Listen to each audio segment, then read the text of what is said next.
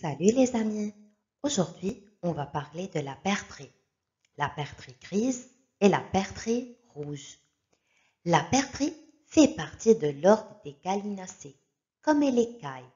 C'est un oiseau sédentaire très répandu en Europe. Il existe plusieurs espèces de perdrix, mais les plus courantes sont la perdrix grise au plumage gris et la perdrix rouge au plumage à dominante rouge ou rousse.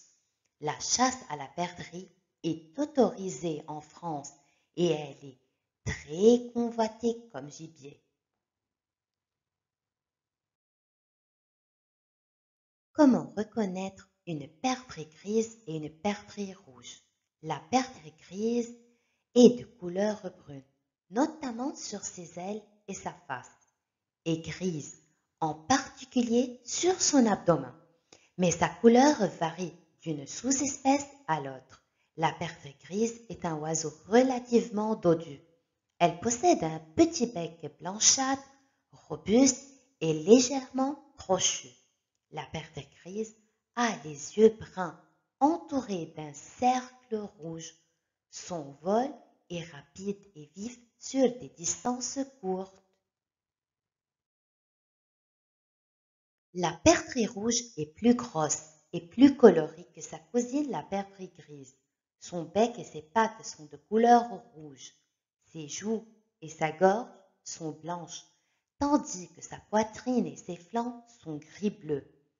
La perdrix rouge possède des ailes robustes, mais grâce à ses pattes particulièrement bien adaptées pour la marche, elle préfère fuir un danger en courant qu'en s'envolant.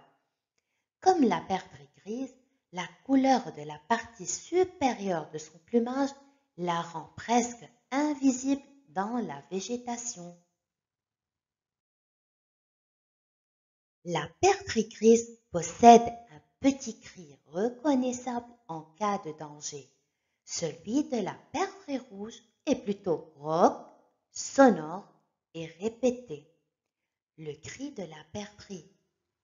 La perdrix émet plusieurs sons qui sont nommés différemment selon les régions. On dit qu'elle glousse, bruit, cacabre, pirouette. Ces sons sont différents et ont de différents rôles.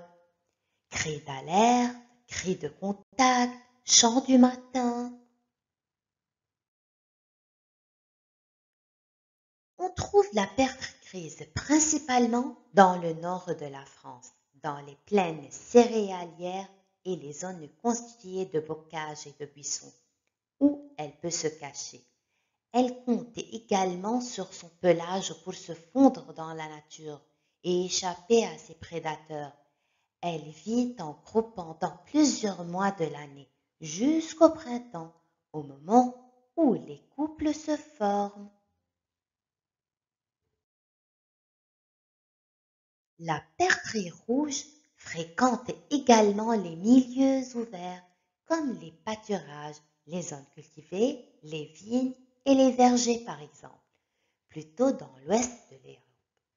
En revanche, à la différence de la perdrix grise, elle fréquente des zones de collines et même des hautes montagnes, jusqu'à 2000 mètres d'altitude, comme sa cousine. Elle vit en groupes qui peuvent atteindre une centaine d'individus en hiver.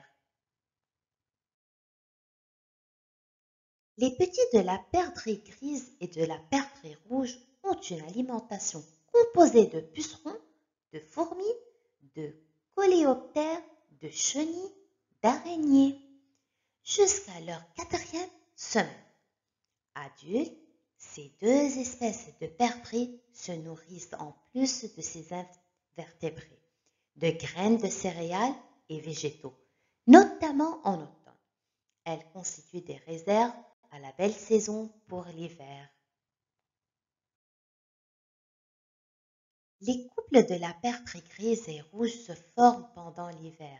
La première est monogame, tandis que la seconde peut avoir deux partenaires en même temps. Dès que le mois de mai, les perdrix construisent leur nid dans des endroits couverts, dans de la végétation épaisse au pied d'un buisson. La femelle y pond de 15 à 17 œufs et les couve en alternance avec le mâle pendant 23 à 25 jours. Elle peut avoir 2 pontes par an. Les petits sortent du nid quelques heures après leur naissance, mais leur espérance de vie est faible en raison de nombreux prédateurs comme les corvidés, les rats, les hérissons, les chats, les sangliers, les renards et les blaireaux, du froid ou du manque de nourriture. Les petits s'appellent les perdreaux et son espérance de vie, la perdrix, a une durée de vie qui est d'environ 7 ans.